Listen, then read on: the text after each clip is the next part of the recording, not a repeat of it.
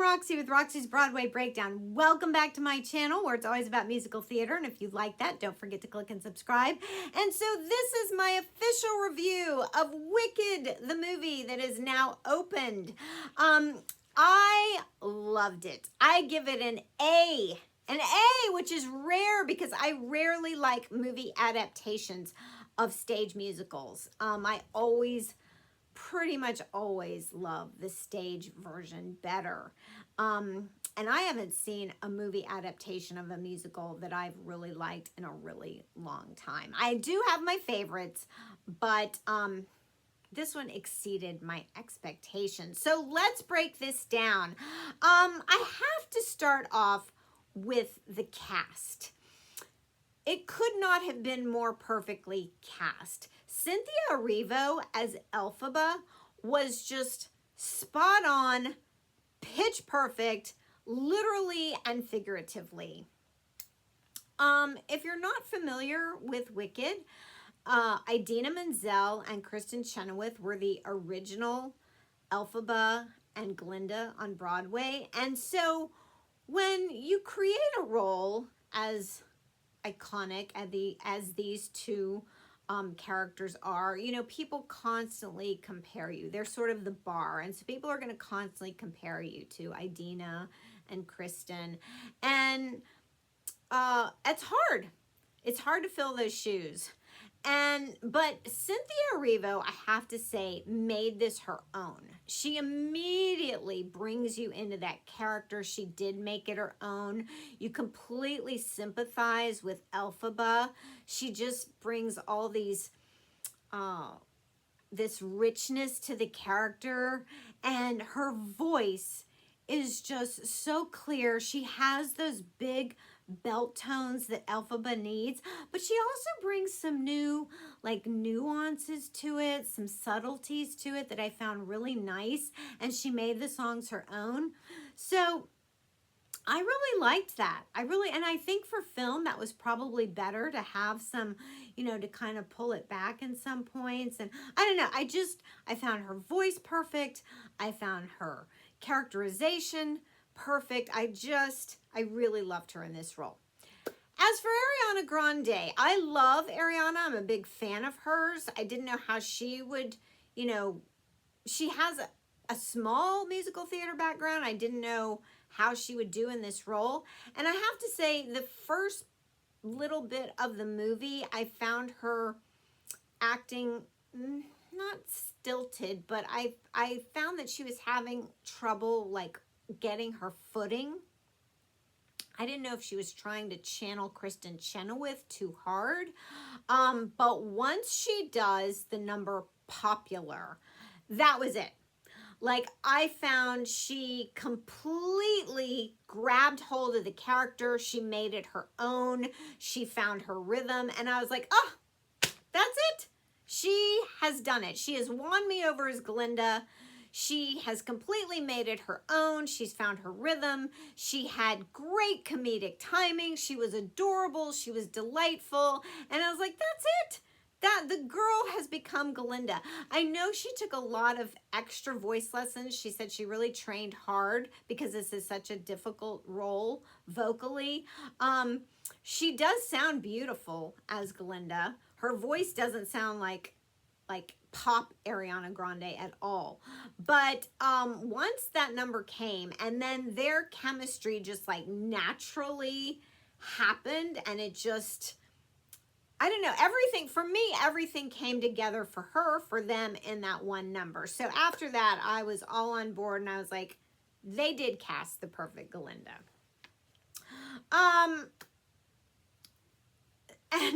And just as a side note, a spoiler alert, Idina and Kristen do make a cameo appearance in this movie. So anyway, just as a side note. Jonathan Bailey as Fiyero. If I start talking about him, I probably won't stop. But I am not familiar with Bridgerton.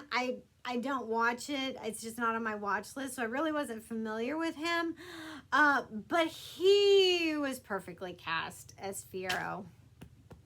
Oh my goodness. Oh my goodness. Talk about charming and handsome and suave and just all those things Fiyero needs to be. But and I have to shout out to the choreographer, Christopher Scott, because the choreography is amazing for every ensemble piece. And for Dancing Through Life, it's just this really fun, playful number. And Jonathan Bailey just is this perfect mix of playful and cool and suave and just sort of that loose, Fiyero feel. I mean, Dancing Through Life always has that kind of choreography because it is if you're not familiar with Wicked, Fiyero is going to become the Scarecrow, okay? So it always has that sort of loose feel that a Scarecrow's going to have.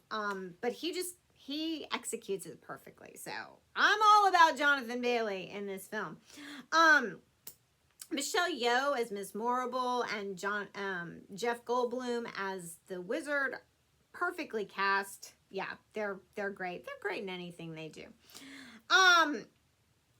All right, as far as like the movie itself and following the musical, I thought they did a really great job. This is where I think movie adaptations always get bungled up because they start changing the script, they start changing songs around, they cut songs, they add songs, but they did a really great job of following the script, keeping the songs in order. And so I was really pleasantly pleased. I was like, yep, that's where that song goes. That's where that song goes. We're following the script. We're not deviating from the musical. So I really appreciated that. And then as far as that, Wicked, if you've ever seen the stage version, probably one of the most iconic pictures from Broadway is, spoiler alert, the end of Act 1 is Elphaba, where she is flying, she's got that broom, she's defiant, she's singing Defying Gravity, and it just gives you chills, the end of Act 1, because you're just rooting for her and you're cheering her on.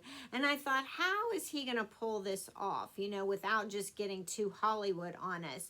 And he leads us right up to it with Glinda and Elphaba singing, and then, this is a true spoiler alert, so if you want to, fast forward, but she tumbles out the window with her broomstick and she sees the younger version of her, and I'm like, okay, is this where he's finally going to screw up the movie, the musical for me? But she leaps into flying, she picks up the song, and then he gives us that money shot of just her right at the camera with her broomstick, singing those last iconic notes, and that's the money shot. And it could not have been any more of a perfect transfer from stage to musical, broadening it out, that cinematic shot. And I thought, he captured it. He could not have captured it any more perfectly.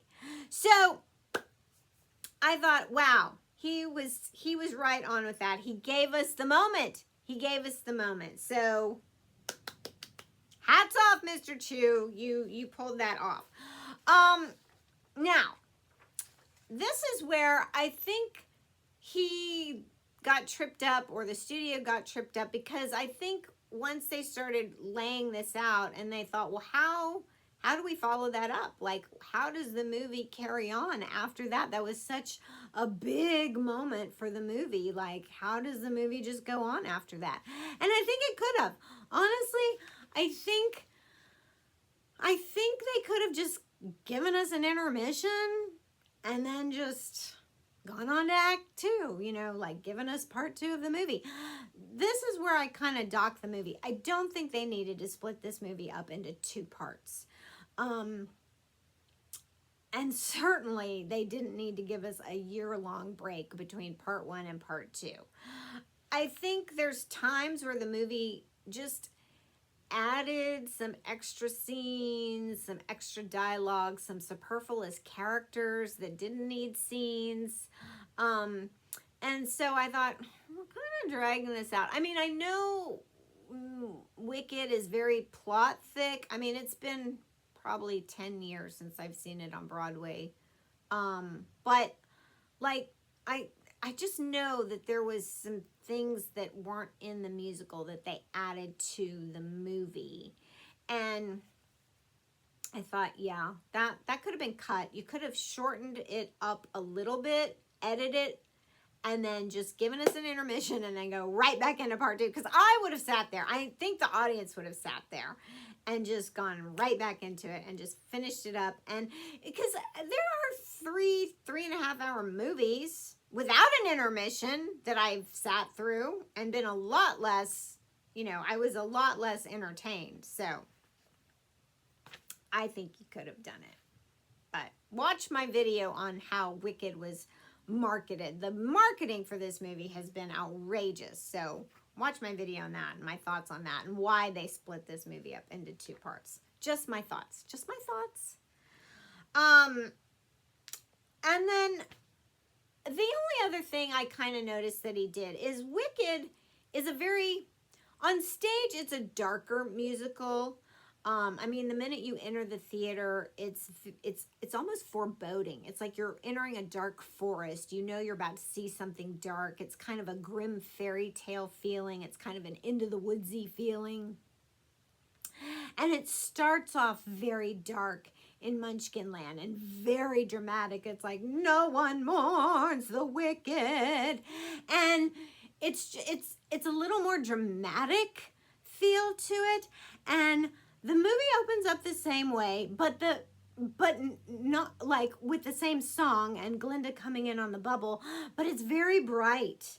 Everything in this movie is very bright, very inviting, very colorful, and it stays that way, and it only gets bigger and bigger and bigger. And I noticed that with lighting, with costumes, with sets. It's very beautiful. The whole show is shot very beautifully, and the colors just keep popping out at you. Munchkinland, Shiz is almost like this extraordinary Ivy League, garden-filled castle with hummingbirds and roses, and by the time you get to Emerald City doesn't seem so opulent. It seems just like, just another beautiful, lavish set, which in the show, there's a definite contrast between Munchkinland, Shiz, and Emerald City. Emerald City is very decadent and green and gold, like it should be. But with the movie, it just it's like all beautiful and bright and lavish, and there's really no differentiation, which that's just personal preference. The show is darker and the movie's just all bright and bubbly and happy, and which probably in their defense, either the studio or the director or both made the decision to make this more inviting to a mass audience. We don't want this dark. We want this very lively and beautiful to appeal to more people. If we make this very, fetching and more like eye candy, more people are going to want to see it and see it over and over. Who wants to see a kind of dark, depressing movie? So maybe those were some of the choices made. I don't know, but it's just my thoughts. Didn't detract from the movie at all. Didn't detract from the talent or,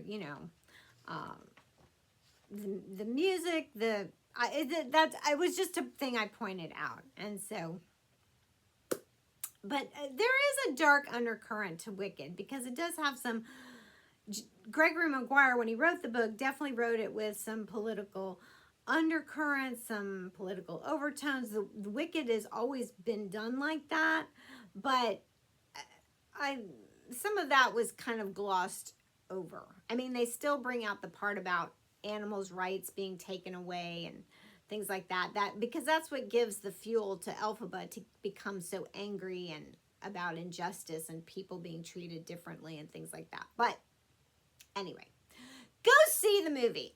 Bottom line, go see the movie. It's thoroughly enjoyable. You will love it. I think they did the show justice, which is what I think a lot of us who love Wicked was worried about. But they did a great job. So I love Wicked. I'm on board. I think you will be too. Thanks for watching. Don't forget to click and subscribe, and I'll see you in my next.